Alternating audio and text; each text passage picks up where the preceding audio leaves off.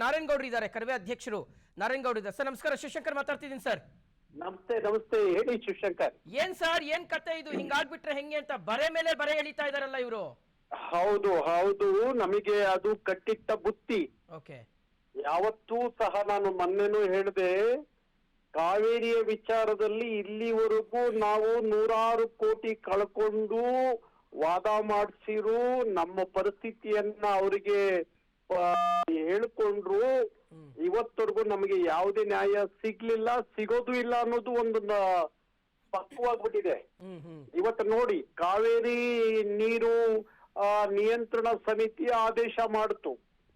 ಅದಾದ್ಮೇಲೆ ನಾನು ತಕ್ಷಣ ಹೇಳಿದೆ ರಾಜ್ಯ ಸರ್ಕಾರಕ್ಕೆ, ನೀವು ಕಾವೇರಿ ನೀರು ನಿವಾರಣಾ ಪ್ರಾಧಿಕಾರದ ಮುಂದೆ ನಿಮ್ಮ ಅವಲನ್ನ ಹೇಳ್ಕೊಳ್ಳಿ, ತಕ್ಷಣ ಅಲ್ಲಿ ಅರ್ಜಿ ಹಾಕ್ರಿ, ನಮ್ಮ ವಕೀಲರ ಕೈಲಿ ವಾದ ಮಾಡಿಸಿ ಅಂತ ಹೇಳಿದೆ.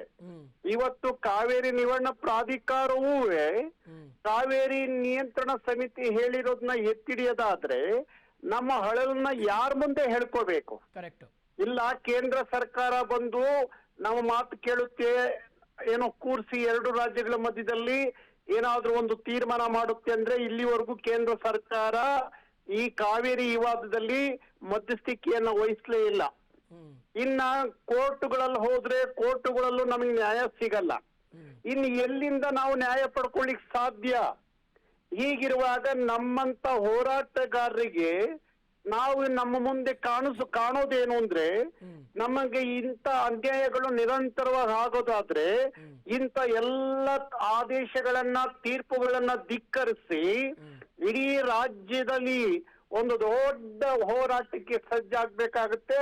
ಮತ್ತೆ ಜನ ಭುಗಿಲೆದ್ದಾಗ ಯಾರು ಬಂದಿಲ್ಲಿ ನೀರ್ ತಗೊಂಡು ಹೋಗ್ತಾರೆ ಅನ್ನೋ ಸವಾಲ್ನ ಎತ್ತಾಗ ಒಕ್ಕೂಟದ ವ್ಯವಸ್ಥೆಗೆ ಏನು ಮರ್ಯಾದೆ ಇರುತ್ತೆ ಅನ್ನೋದನ್ನ ಅರ್ಥ ಮಾಡ್ಕೊಂಡ್ರೆ ಬಾರಿ ಚೆನ್ನಾಗಿರುತ್ತೆ ಅಂತ ಅನ್ಸುತ್ತೆ.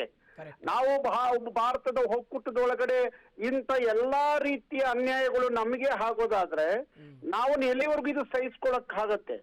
ಈಗ ಪರಿಸ್ಥಿತಿ ನಮ್ಮಲ್ಲಿ ನೀರಿದ್ದು ನೀರು ಕೊಡದೇ ಇದ್ದಾಗ ಯಾವುದೇ ನಮಗೆ ಶಿಕ್ಷೆ ಕೊಟ್ಟರು ಅನುಭವಿಸ್ಬೋದು. ನಮ್ಮಲ್ಲಿ ನೀರೇ ಇಲ್ಲ. ಇವತ್ತು 12 TMC ನೀರು ನಮ್ಮಲ್ಲಿ ಇದೆ. ಅದು ಕುಡಿಲಿಕ್ಕೆ 3 TMC ನೀರು ಬೆಂಗಳೂರಿಗೆ ಬೇಕು ಒಂದು ತಿಂಗಳಿಗೆ.